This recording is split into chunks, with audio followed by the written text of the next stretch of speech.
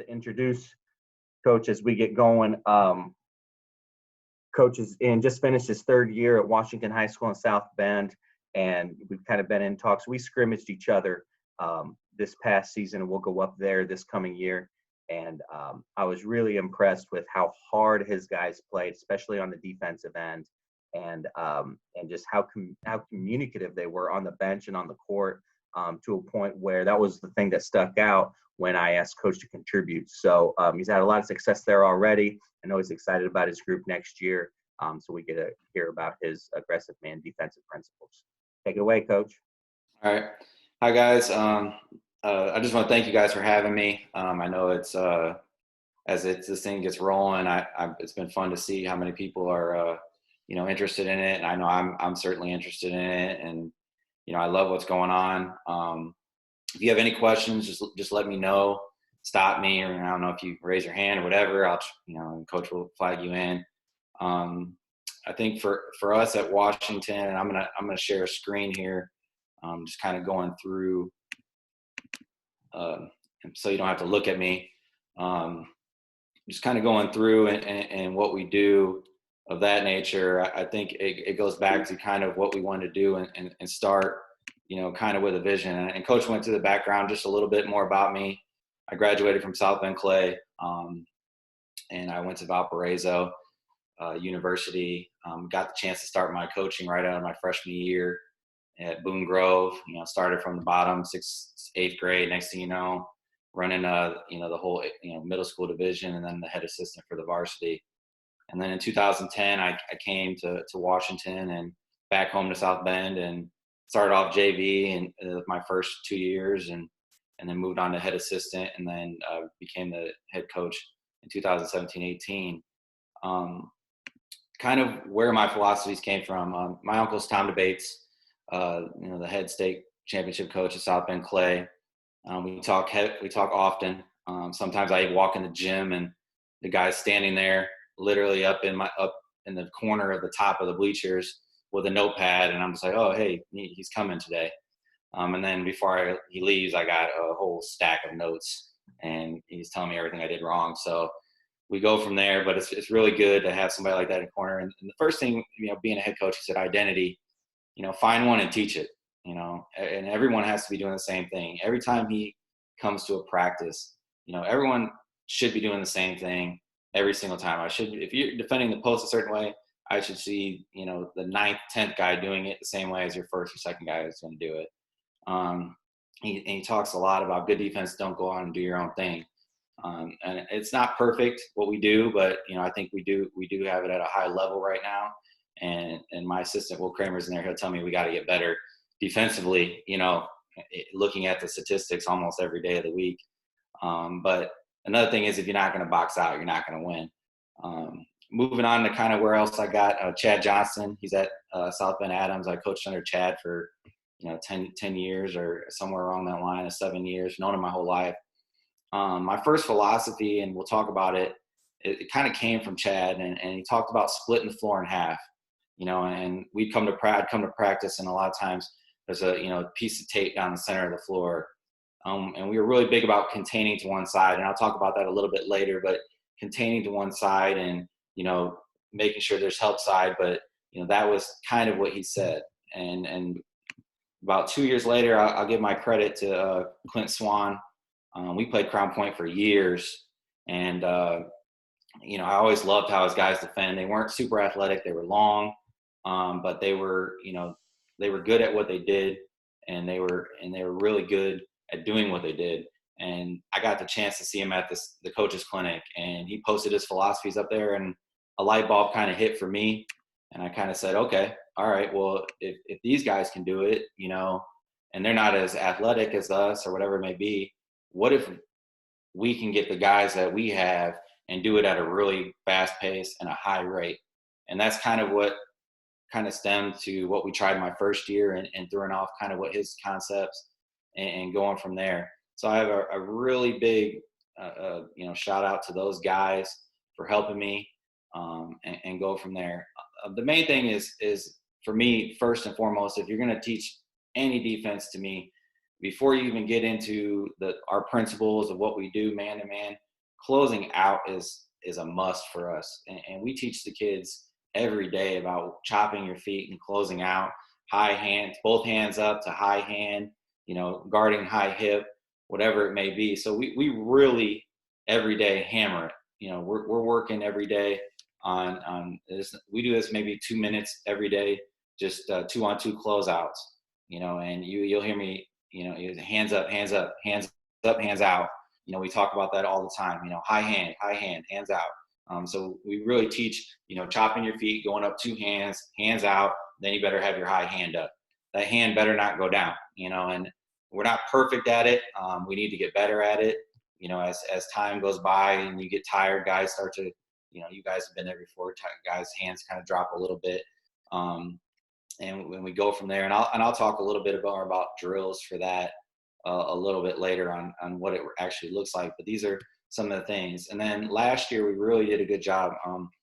Like I said, my coach does a really good job. Coach Kramer, he's in the group. He does a really good job of scouting. Along with, obviously I watch tons of film, and I'm a film junkie, and I go watch at least the team live or close to it. We really decided this year, because the 3-point shot is such a high volume shot. And if you look at analytics, and most people are going by analytics anymore, and I'm not a huge analytical guy, but I know if a team hits more than 5 to 6 threes, against you, that's hard to come by. So we try to, and most teams have a good set shooter. Not too many kids, unless they're pretty well equipped, and shoot off the dribble. So we try to run shooters off the line. When you're playing the Valpos and the Crown Points, and obviously we played Connersville this year, we got some shooters. A real goal for us was to run their guys off the line, and guys that normally can't put it on the floor, we'll take our chances of them putting it on the floor rather than hoisting up a 3 and we're down 3 in a possession. So we really talked about running our shooters off the line. Moving forward to the first principle that we talk about, and I have a diagram here, and I have a PDF of this at the school. So this was actually taken from one of our binders. There's actually 2 more pages. We really talk about nothing middle. When you're closing out, you better close out to the sideline, you better close out to the baseline, and not give anything middle. And what's middle? And we talk about this all the time. And before, and I don't know if you guys can see my mouse or not. Coach, can you see it? Yeah, we can see it. Okay. So before, you talked about, here's this line down the straight down the court. We have to keep everything on this side. Even if this guy dribbles out here, we're keeping him on this side. I kind of said, that's not middle. Yeah, it's middle of the floor, but to us, we're wasting our energy trying to really turn this guy and keep him on this side. So we talk about middle being attacking the nail. So if your ball is on the wing right here, attacking the nail, that's middle. So we have a guy and denying right here, and it could be a soft deny, it could be a hard deny. It really depends on what you're trying to do and who you're trying to take away. So if this point guard is a really good set shooter, we might not play all the way over. We might play close here, deny, but nothing middle. If this guy starts driving, 3-man starts driving, we're closing this gap.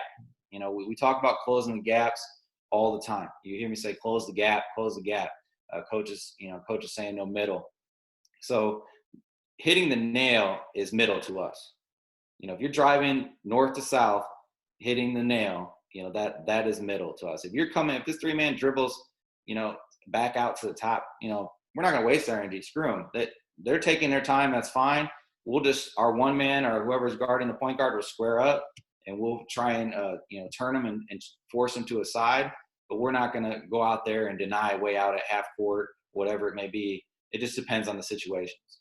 So we talk about, correct hip, high hand, tracing the ball. I'm a huge believer if that guy, and you guys all know you guys play guys with high IQ. If this guy can just sit here, anybody can, as us. If you give us a chance to sit on the wing with our knowledge or whatever it may be, and you would allow us to pass wherever we want, we're probably going to make a good read. So we talk about, this guy has to be uncomfortable. So tracing the ball, I'll tell guys to put a hand in somebody's face. I don't care. Put it right in front of his eyes so he can't see. Just make him uncomfortable so he cannot look for an open man. And So we look to force. So the 3-man right here would force obviously to the sideline. He'd force to the baseline. Depending on who this guy is, if he's a shooter, generally we'll try and run him off the line and make him uncomfortable. If he can do a little bit of both, we might take a step off and jab at him, and I'll talk about that too also, and make him feel a little bit uncomfortable. We want the guy that has the ball, we want him to know that we're there. And whatever pressure we are applying, to that guy, depending on who it is, we want him to feel uncomfortable. So below the volleyball line volleyball line, which is right here, or even the free throw line, we're looking to deny.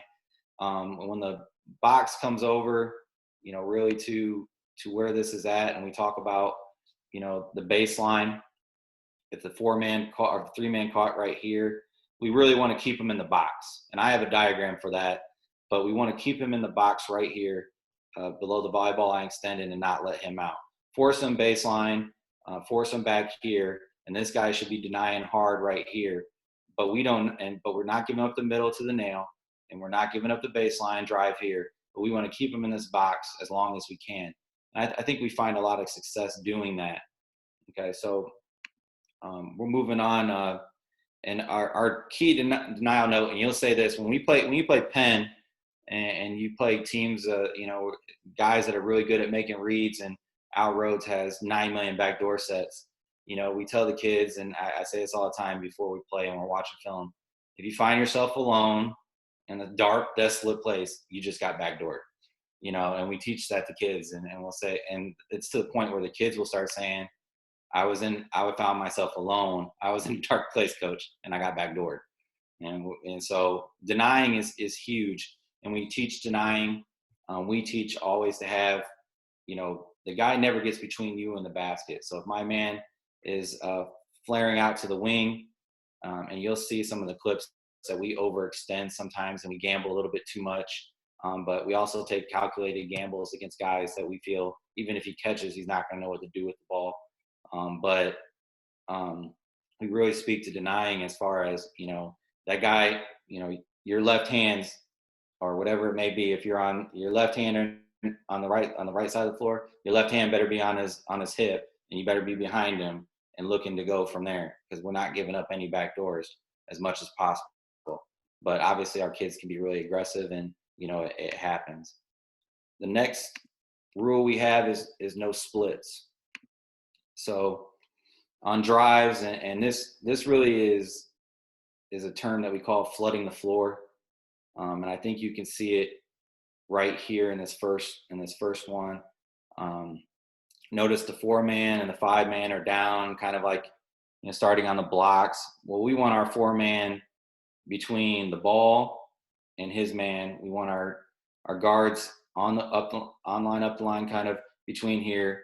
And we want the 1-man squared up. And if a guy goes left, can't go left, we want to force him left, or vice versa.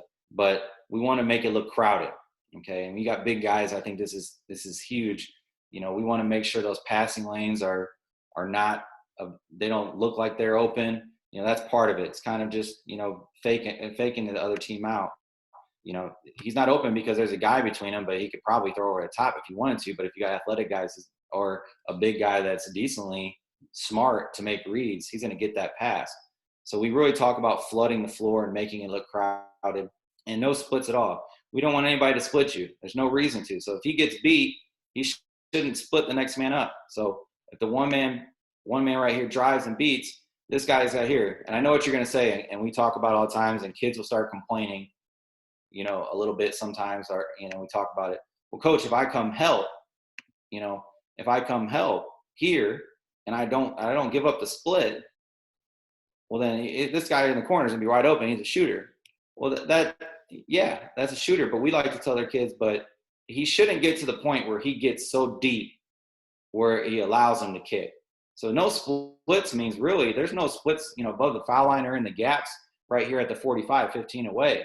And you, by then, if our defense is that bad, then we have problems, So, there shouldn't be any splits to the point where you can't recover and get to your man. And when in doubt, we tell the kids, if you have to get out there fast, sprint out there and run them off the line. Most of the time that's a set shooter in the corner. he's probably not going to looking to put the ball on the floor too much. So run him off the line. If he's not a technically shooter, just close out the best you can, and he probably won't shoot over you. But you closing out, your hand has to be up. If you're closing out, your hand has to be up no matter what. So our guys have to do a phenomenal job really playing man-to-man. And we talk about being, arm's length away, beating him to the angle. We work on it all the time, beating him to the angle and occupying his eyes. When you think pressure, you think instantly, I got to be up on him. I got to be up in him, coach. I'm going to be up in him. No, that's not it. There's so many different times of pressure. So when we talk about it with our kids, you can be arm's length away, and you can even be a step off a little bit. But if you are in your stance and your hands are tracing the ball and you have high hand up, jab at him. This is a simple movement that you can do to either make the guy retreat or make him think that you're coming for him. So we talk about jabbing at the guy with the ball all the time.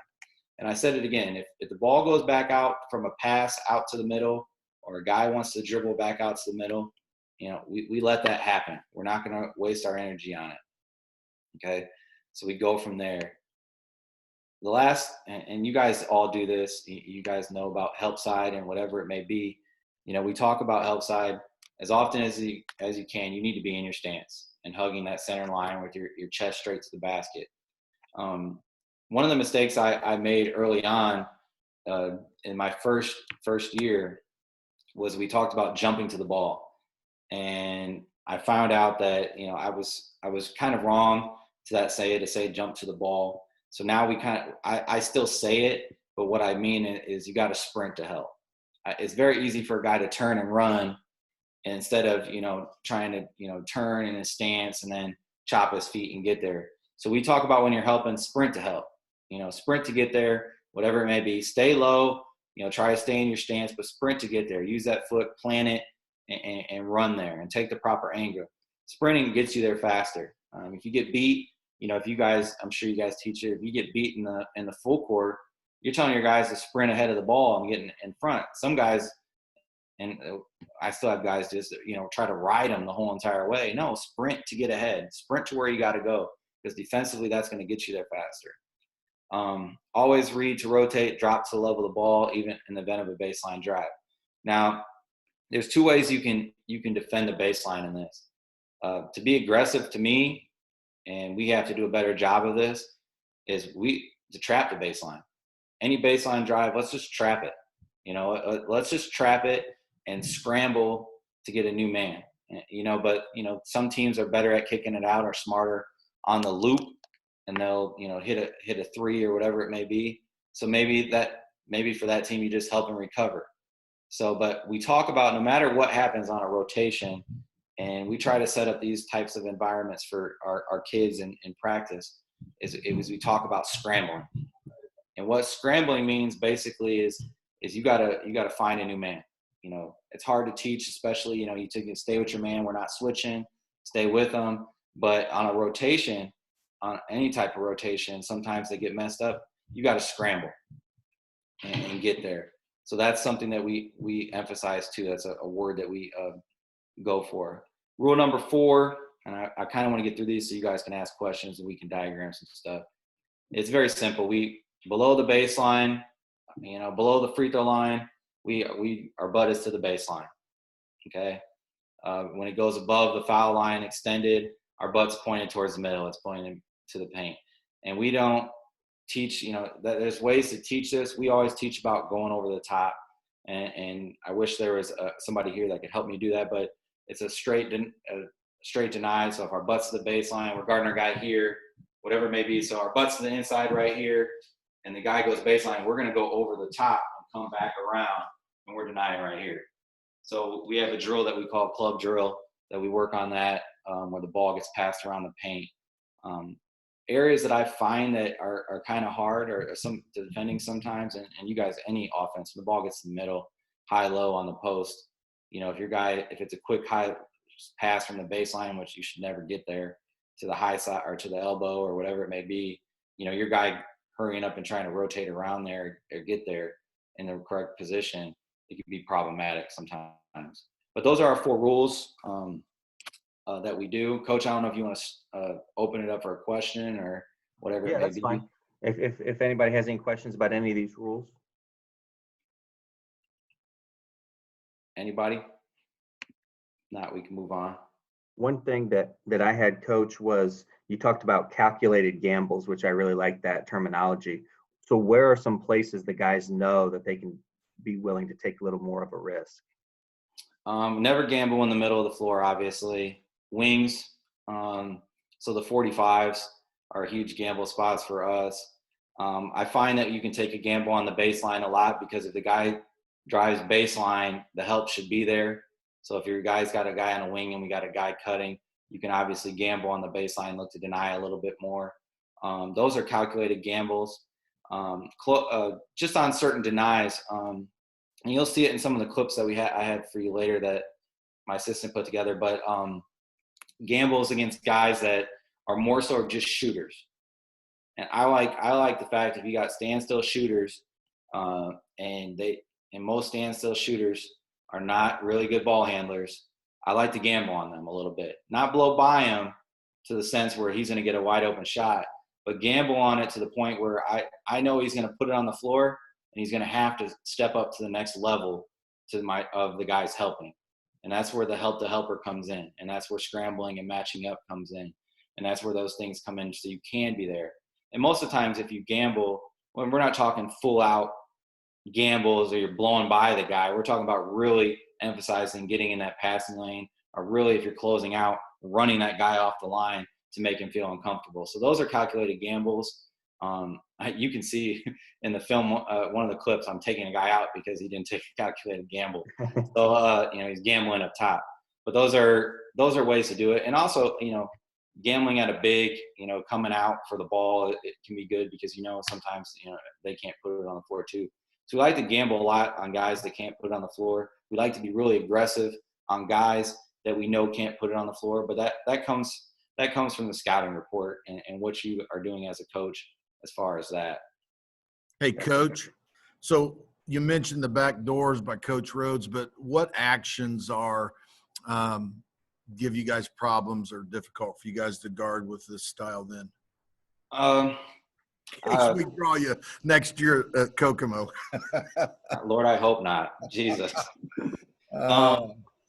Really, for us, obviously, getting the ball to the elbow on a drive is problematic for us, especially alone. If he gets all the way to the elbow or deep in there, at the 45 around that range and that area, since we are looking to kind of gamble a little bit much on the baseline, that does give us a problematic area right then and there.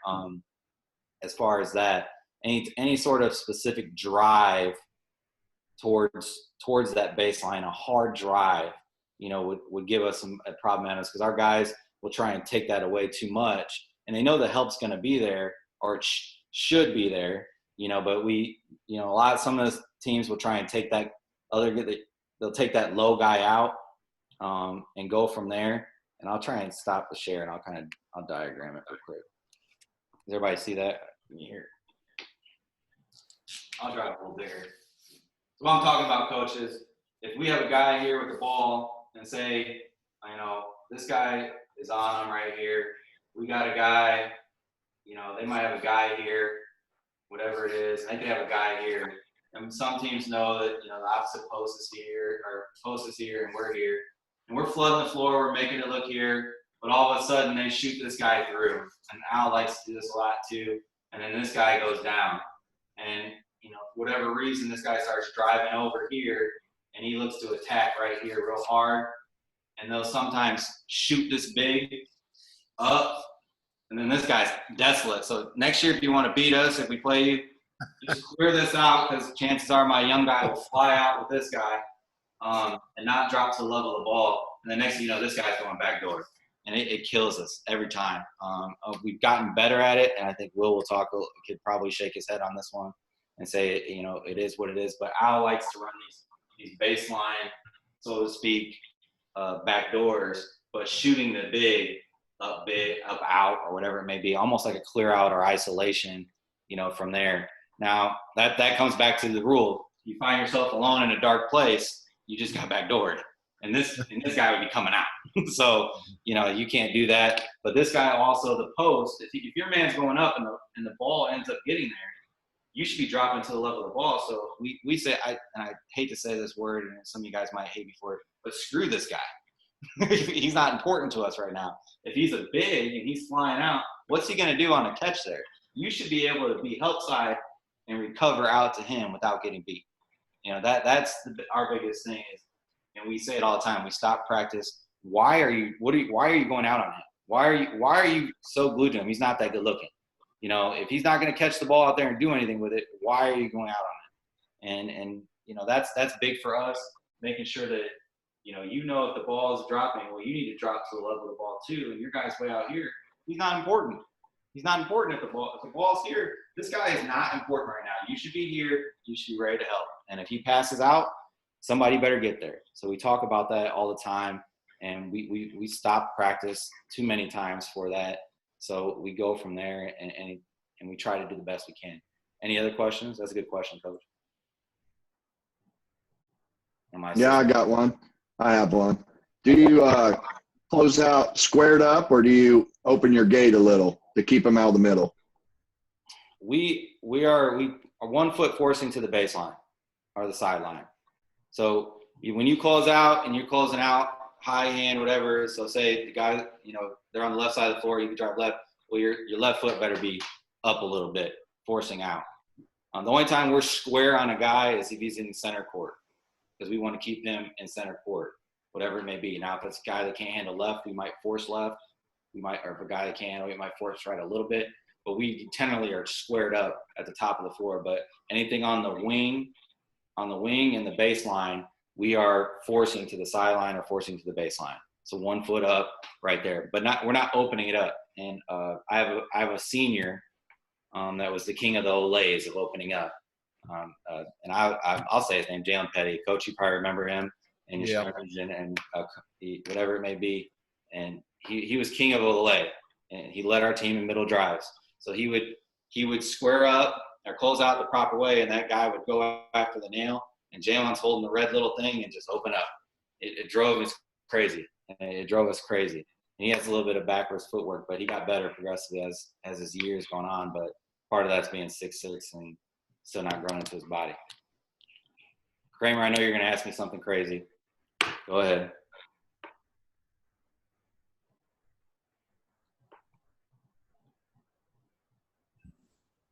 Well, to piggyback off of what you were saying into Coach Brown's question about what teams do that give us problems, and I think you would agree with me, is that teams that do a great job of passing, is the ball goes ping, ping, ping, ping. It's the second and a lot of times the third rotations that gets us. Like Crown Point 2 years ago when they came to our place, and I kind of looked at you and you looked at me, and it was like, yeah, they're a great passing team. It was a clinic, so that kind of gives us some issues. Yeah, and that goes back to whether or not your team is a denying or in the passing lanes, and where they're in the passing lanes. 2 years ago, or it wasn't last year, but before we played Crown Point, they were phenomenal. They had a guard that really gave us trouble. We just got done playing a Friday night game, conference game. These guys just rode in and killed it, beat us to every spot.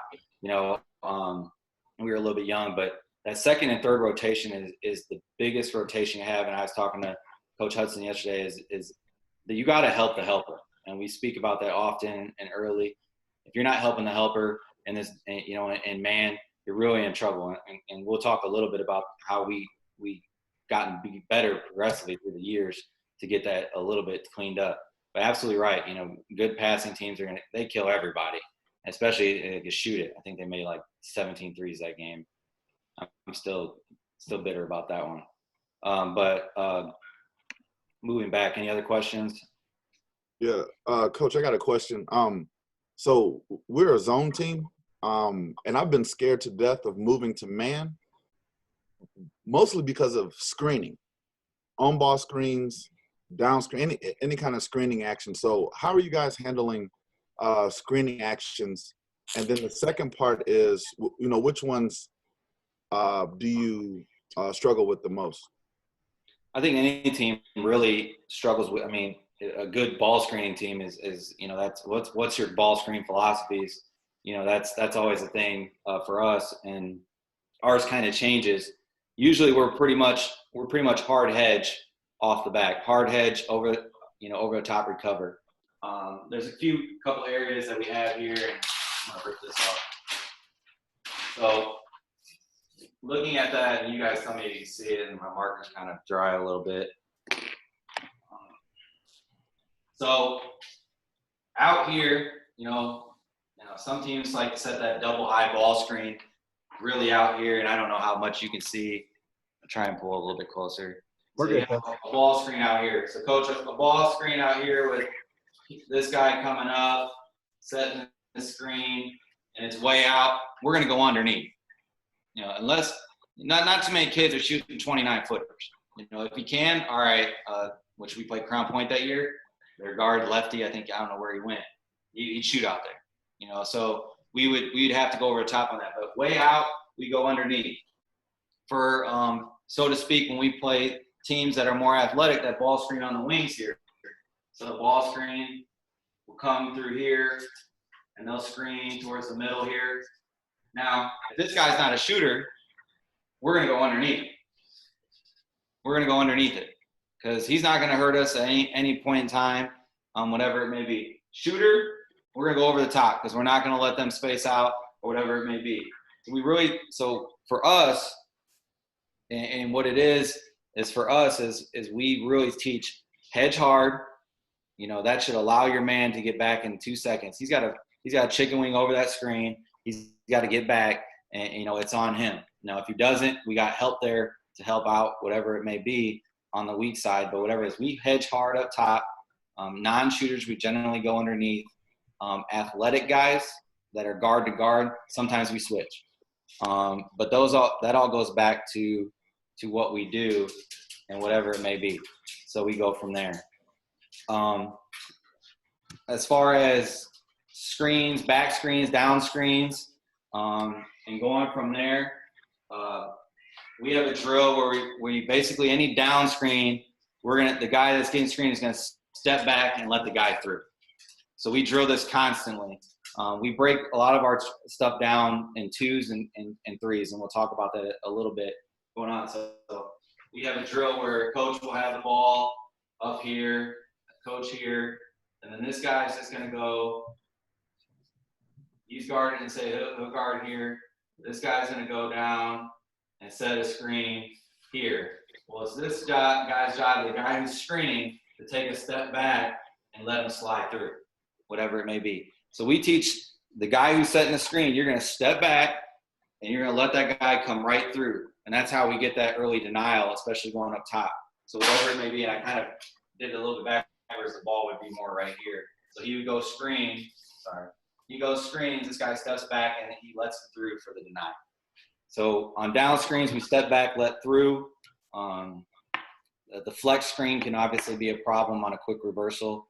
But we hope that if you are jumping to the ball, you're staying low and you're getting through that screen, whatever it may be. But same principle, step back, let through. We try to, on down screens and cross screens, step back and let your man slide right through. But ball screens, we're hedge hard, get back. When we played Blake Wesley at Riley, or you played JR, sometimes we have a play call where we like to, trap the ball screen to throw it to somebody else as long as you're not killing us. We'll trap that ball screen to get that guy away from the ball and we'll scramble. But that's the beauty about, having this man-to-man defense. You talk about it being aggressive, and I was telling coach there, you choose where you want to be aggressive at. And that comes from scouting and what you want to do. And I think that's been our success the last 2 years. Because Will does a great job scouting for us and helping and going from there. Any other questions? I can kind of talk about some drills and play some clips. Coach, just real quick about, it does seem like a lot of your principles are conditional on personnel and what other teams are doing. So what does your preparation look like leading up to a game? I mean, every day we practice. You know, we're doing shell or 2-on-2 drills or 3-on-3 every day, and we try to talk about the actions of other teams, and moving from there. You know, we know that, you know, a dribble drive team majority, if we play in a city school, they're going to try and attack the nail. So we work on 3-on-3. You know, make sure it's all drives. So we make shell all drives or whatever it may be. If a team down screens a lot, we work on, hey, you have to start this shell or you have to start this thing, you know, with a down screen and a reversal to a ball screen, whatever it may be. We really prep on that, and we prep on the actions. I don't try to overload it, but we work on and this is the biggest thing for me, we work on us more than we work on the other team. We're working on our principles every day, closing out, forcing it, keeping it out of the middle, you know, no splits, you know, rotation, scramble. We work on us for those first maybe 2 days or whatever. Maybe we play on Friday. We continue to work on what we do, but then we'll start adding little wrinkles. Okay, here's personnel. You know, Blake Wesley's going to get to the basket. How are we going to do that? How are we going to defend him? Well, let's wrinkle it here. On this, we're going to trap. We're trap the ball screen. You know, so I usually call it white. Coach, if you got that, I call it white when we trap the ball screen. We might say, okay, Blake's passing it. All right, well, we're going to trap all the wing passes for this when we have a play call for that. Generally, anything, you know, with a certain name starting, it changes every year. It could be, or for that game, generally I go P. Anything that starts with a P, Pen, Panther, Pistons, we're trapping the first pass on the wing. And sometimes I say it's continuous, and sometimes I don't, whatever it may be. Or, you know, Detroit, if Blake Wesley's bringing the ball up the floor, anything with a D, with a dribble or whatever it may be, you know, we're trapping that. We're going to go trap them, closest guy to, and everybody else umbrellas around. So our preparation is always depending on who we're playing.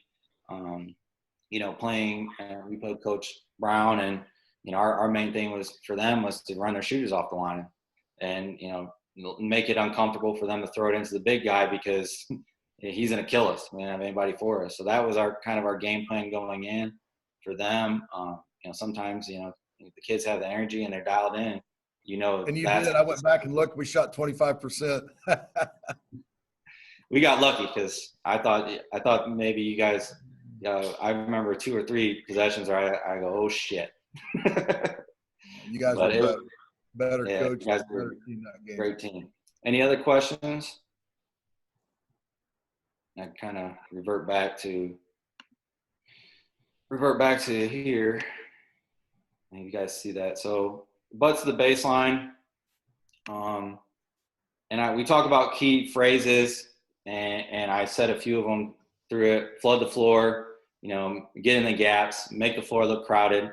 You know, and I said this earlier, and to the question of the back door, you know, if your man is here, the ball is here, you know, what are you way back here for? What are you way over here for? So we stop and teach those moments a lot, especially, you know, we look to press a little bit, you know, in our man or whatever, it be a 2-2-1 is what we generally go to, or a 2-1-1. It kind of helps us back into our man. My players they make fun of me all the time. I say up, up, up. Apparently I say the word up a lot in practice. So they like to make fun of me and say up, up, up, because I'm always constantly telling them, okay, that's not good enough pressure. And what that means is either you're not jabbing at them, or your hand's not up, you're not turning them, whatever it may be, you're not forcing to the side, you know, get up. And, you know, that's a thing that I say a lot. Help the helper is something that we stop and do. Did you stop and help the helper? Did you help him? He went up to help him. Now you have to help him, and he has to help him. So we talk about those on rotations. And I use the word scramble. And I think this is the biggest word that we possibly, in this system, especially if you're being aggressive, that you can do, is you have to scramble. You know, you can't be glued to your man. You can't stay with your man.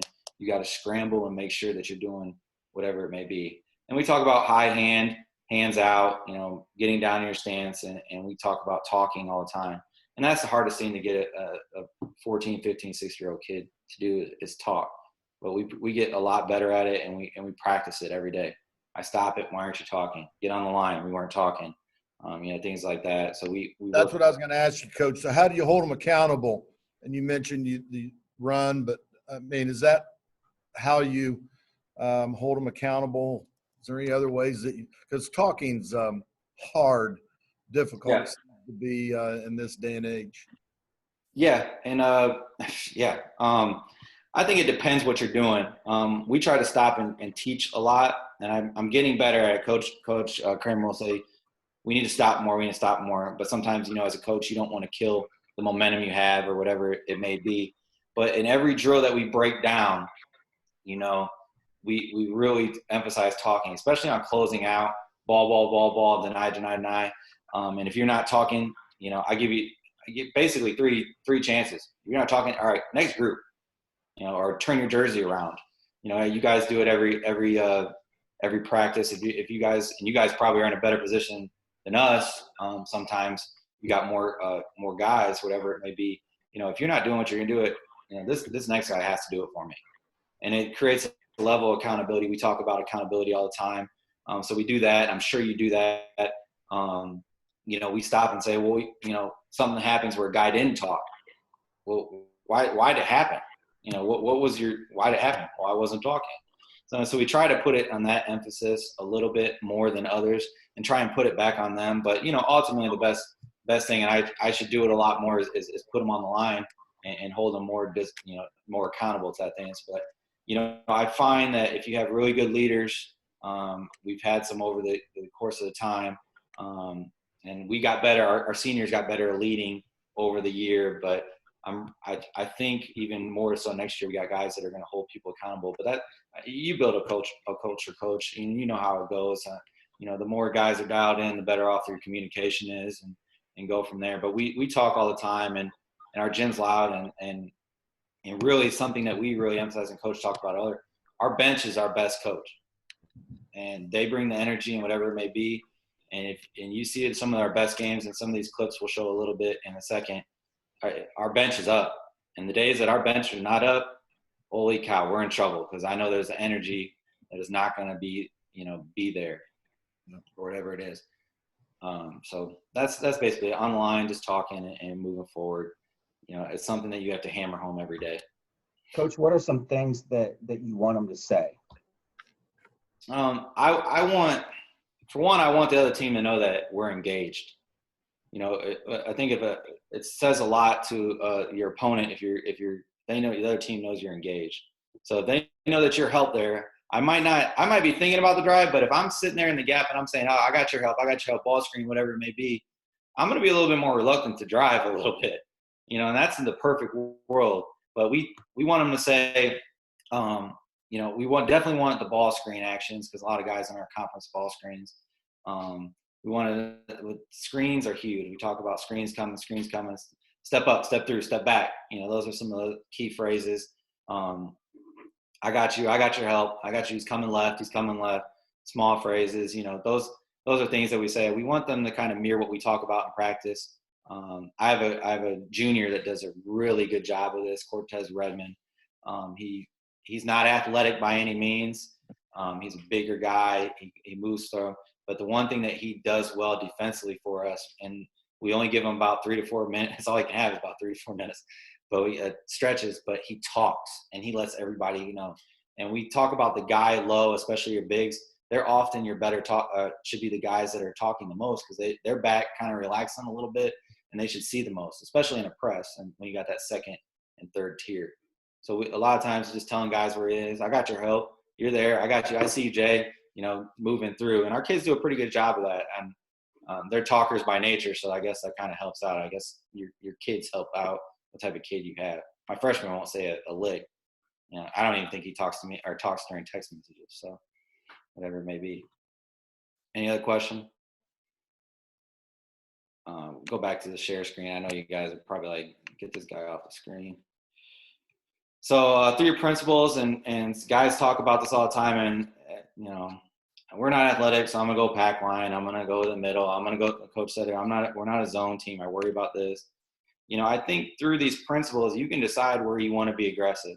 And do you want to trap the baselines? Do you want to trap ball screens on certain guys? And I talked about this a lot.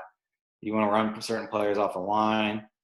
Over pressure certain guys, switching post to post, switching guard to guard action, So whether it's on a weave, um, digging and doubling the post. And like I said, I added the flair of trapping the first pass on wings in a possession. So we call our man-to-man 11 blitz as our run and jump, but we might call out 11 blitz back Panther. So that means that if we don't get anybody to run and jump and we're not trapping the sidelines, if it gets in the full court or back in the half court and the guy up top, that pass going to the wing, we're going to look to trap it. And we go from there. We're trapping the ball handler, and you're press carrying into the half court on 1-2, 1-2-1-1 or 2-2-1. We try and disguise different things out of different calls. This clip, I think I have to go out of the screen and share a different screen. So where's it at? Well, maybe not. If I can't find the clips, you guys can just kind of watch them together. Yeah, you might have to. Oh, no, I know where it's at. Sorry. There it is. My wife just gave me the tutorial last night. So, well, maybe she didn't give me a good enough one because I can't find it. The clips you can look at, I'm not going to put it. They're on there. They're on Huddle. I'll click on one here and see if it will go.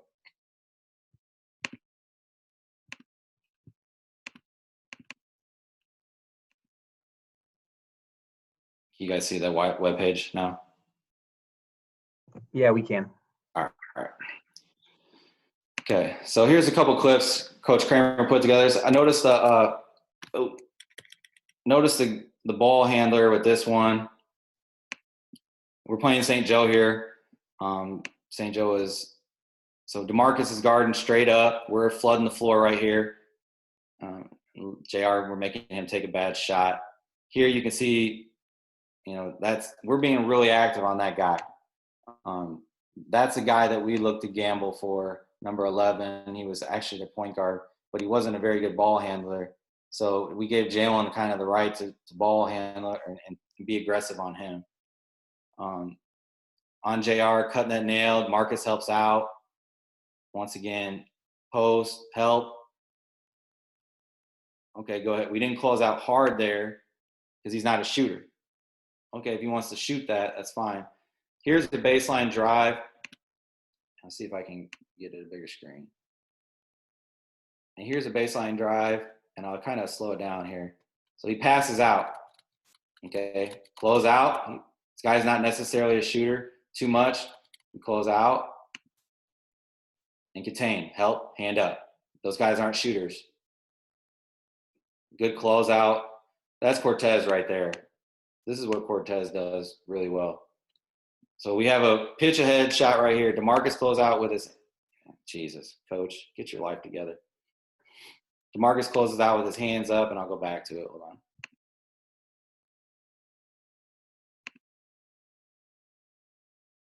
It's coming up. So not a shooter. Help, not a shooter. Okay, here. DeMarcus closes with his hands up. Now, he's a better shooter, so you can see him have his hands up right there, okay? But one thing Cortez is doing is this guy's going to post up. Well, the ball's below the foul line, so his butt better beats the baseline. He gets there, we get a steal. This is against Chesterton. That's just a closeout on a shooter. Not really good box out. Valpo, digging the post, making him shoot a bad shot.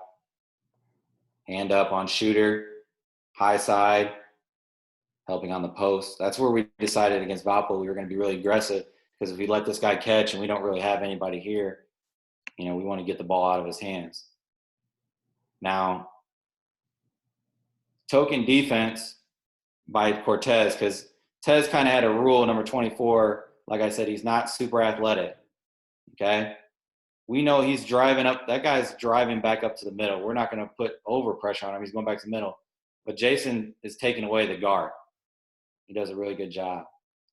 And then obviously if you got guys that can defend on the ball and make him feel uncomfortable, he missed that because he tried to dunk it. Good. Denying.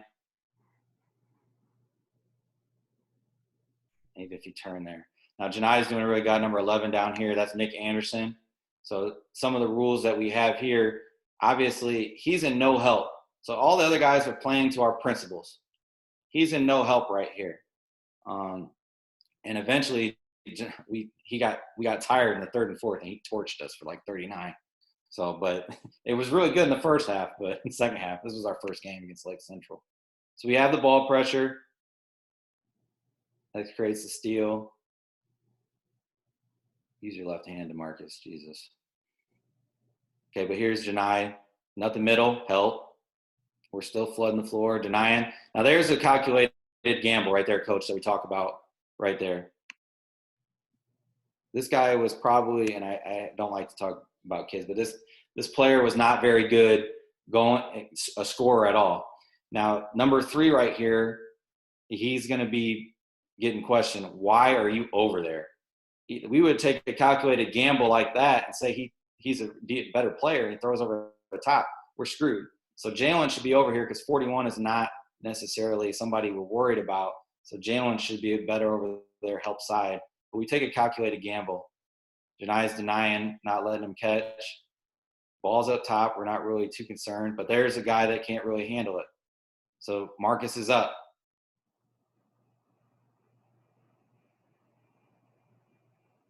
This is against Marion. Now, he is a guard that can get to the ball or get to the rack. So we just try to contain him. Square up, contain him. Marcus did a good job for the first half doing this. And then there's Bracey up top. You can see Janai, number 11, really trying to take him away. And then DeMarcus is over the top, flooding the floor. Should be help a little bit more. He's not a shooter. Up top, they're back out. Let's play squared up. Good, take that away. Hand up. And there we switched to big action, and DeMarcus was actually late on it. Close out, scramble, hand up. Looking to deny again, deny. That was a good possession of denying. Marcus really did a good job on him. I wish he would have done that in the second half. We would have been in a lot better position. I think we did this one over. It's repeating. This is their best player, Bracey. He's coming to ball screen, hedge hard, back, and help. Up top, we're not going there. Up top, we're not going there. Contain the drive. Okay, some of these are looping again. So get out of there. Any other questions that you may see? And we can go back. Get out of this.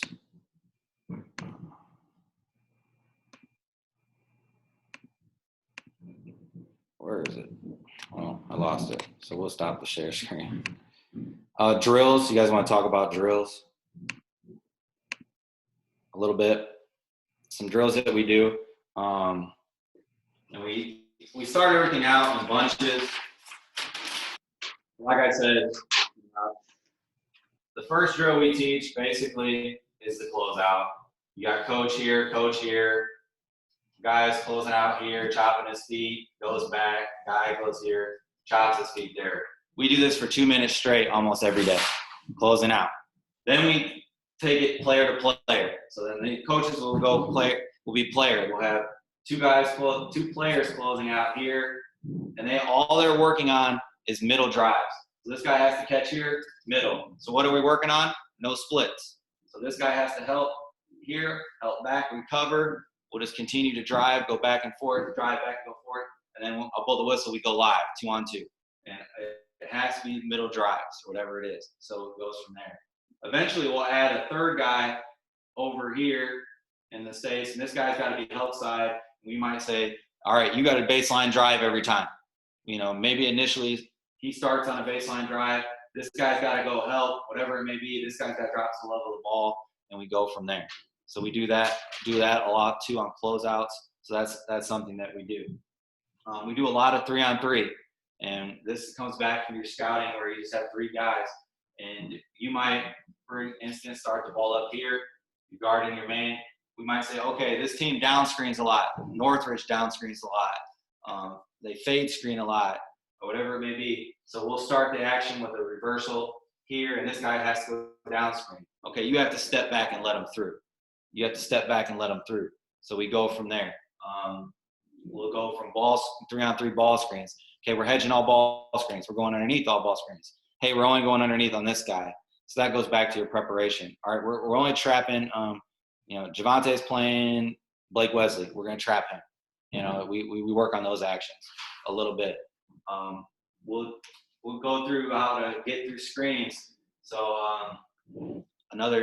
Al Rhodes likes to down screen a lot. So we'll set 2 guys up on the wings with the coach up top and practice going through these down screens. Memorial the Smith brothers used to send them through 9 million screens. So we would take this guy and shoot him through millions of bounce screens. But 4-on-4, shell, we do that a lot. One drill that one thing I like about in 4-on-4 is do the reversals, put the guy behind him. So put the defender behind the guy on the X and tell that guy to drive. So if you do that, and we do it from up top, tell that guy to drive. What it does is it forces your guys to react and scramble. So that next guy has to pick up, he's got to get back, and then the guy that's playing behind has to get in the mix and match up. So we do that a lot. We do that up top a lot. We'll start a guy. We'll put the ball handler here. We'll put the defender guy. We'll tell him to shoot up here and drive. And then the next guy over has to step over. This guy has to come help, and this guy has to get back and scramble. So putting a guy behind one of your guys' players to get him back and scramble, that's huge for us. We teach the scramble on that. To be aggressive and think defensively, we talk about kills. And to be successful, we talk about getting 3 stops in a row. So we try to work on getting groups out of drills once you get your 3 stops. I think the percentage of, if you get, coach, I don't know, it's like 7 kills in a game, you're 95% chance you're going to win or whatever it may be. So we try to build that knowledge of our kills, our top kids, to getting 3 stops. How many consecutive stops can you get? Get one more, get one more. And we have a thing that we go 5-on-5, and it's called Panther. And what it is the only way you can score is defensively. You have to get 5 points defensively. What do 5 points look like? Well, it looks like 5 stops. But if we call a foul, and if it's a shooting foul, the guy can go to the line, and it's a 1-on-1 situation. He knocks down both. If you have 3 points, now you have 2. So you have to score. If the team scores on you, you go on offense. And it creates a little bit of pressure for them to get stops. It gets their mindset to think about, I got to get stops. Too many times it's make it, take it. Well, whatever it may be. No, with Panther, and what we really do every day with Panther, no, you got to get a stop. It's more important to get a stop than score. So that's something that we do. And then they'll be, then it gets really heated, and Will can attest to this. It's 4-4. Every basket counts. It's 4-4. Every basket counts. I got to get a stop. I need to get a stop so we can get to where we need to be. So we can get that 5. And then the other team's thinking, holy shit, I got to score so we can get back on defense. So it becomes heated. It's probably where we have the most scuffle and arguments in practice, but I'll take it because the kids are being competitive and moving from there. But sometimes it makes me want to pull my hair out a little bit, and we have to even stop it. Sometimes it gets too competitive. Say next team hits a free throw, you're winning, and whatever it may be. But our kids get really aggressive with it, and we transist out of it too. So if you get a stop and you transist and get a bucket, go back on D, and whatever it may be. So that's a thing that we use a lot. Panther, I really love that 5-on-5. You can do it 4-on-4. You can do it 3-on-3, whatever it may be. I really love that because it puts an emphasis on the defense. And you'll find them being really aggressive and bumping cutters, and they're hedging hard. You'll get them to talk during that drill, and it does carry over. So going from there. Any other questions that you guys might have?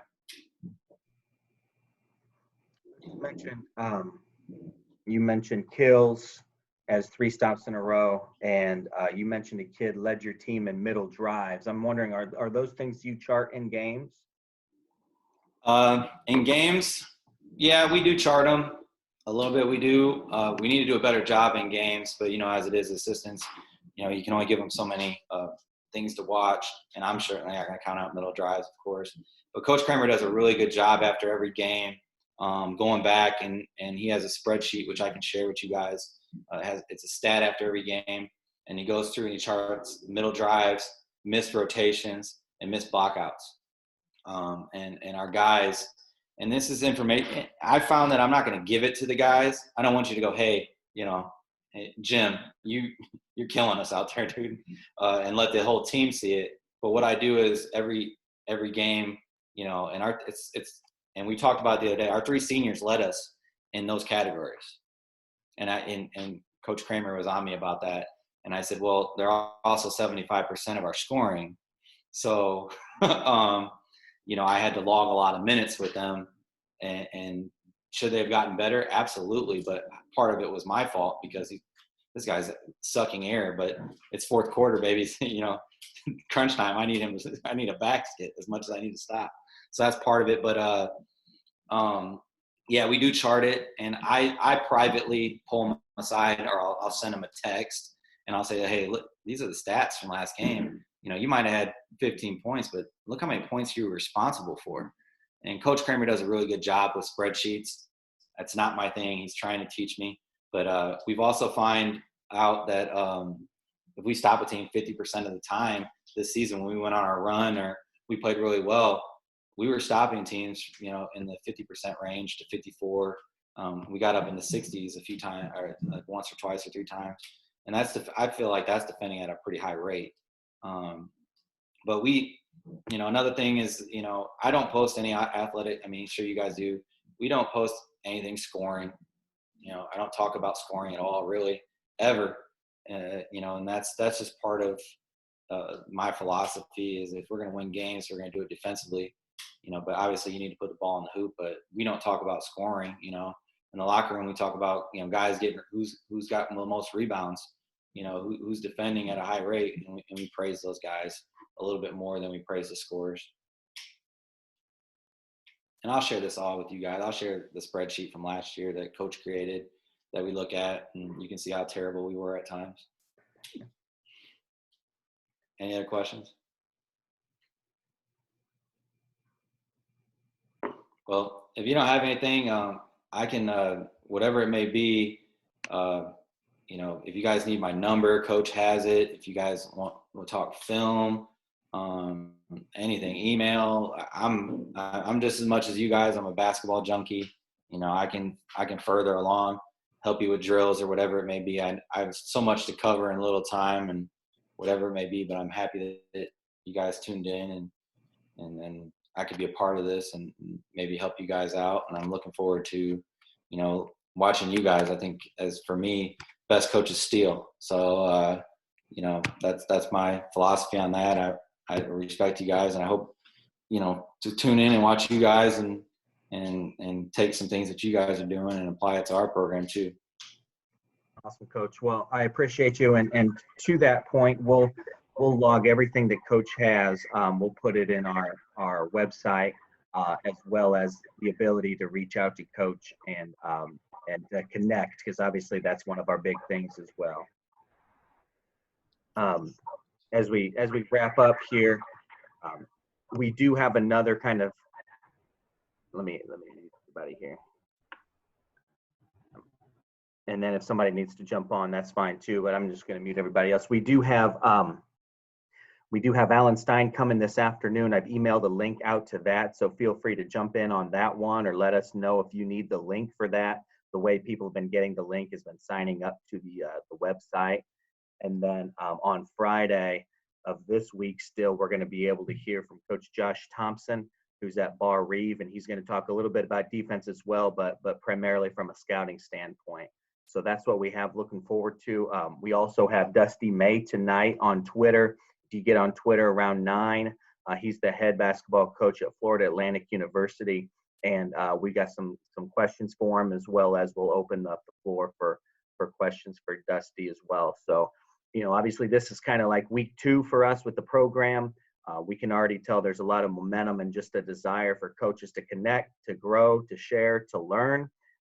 If we haven't reached out to you specifically yet, we probably will, because, I think that giving is a blessing.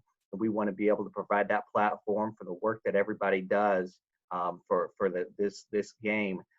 We want to be able to learn from you as well. So if Heath or Nate have anything else to kind of chip into, but that's what we've got coming the rest of this week. No? All right, so we will oh, Heath, do you have something? I'm just going to say you said it all, and thanks a lot for sharing what you did today. That was awesome.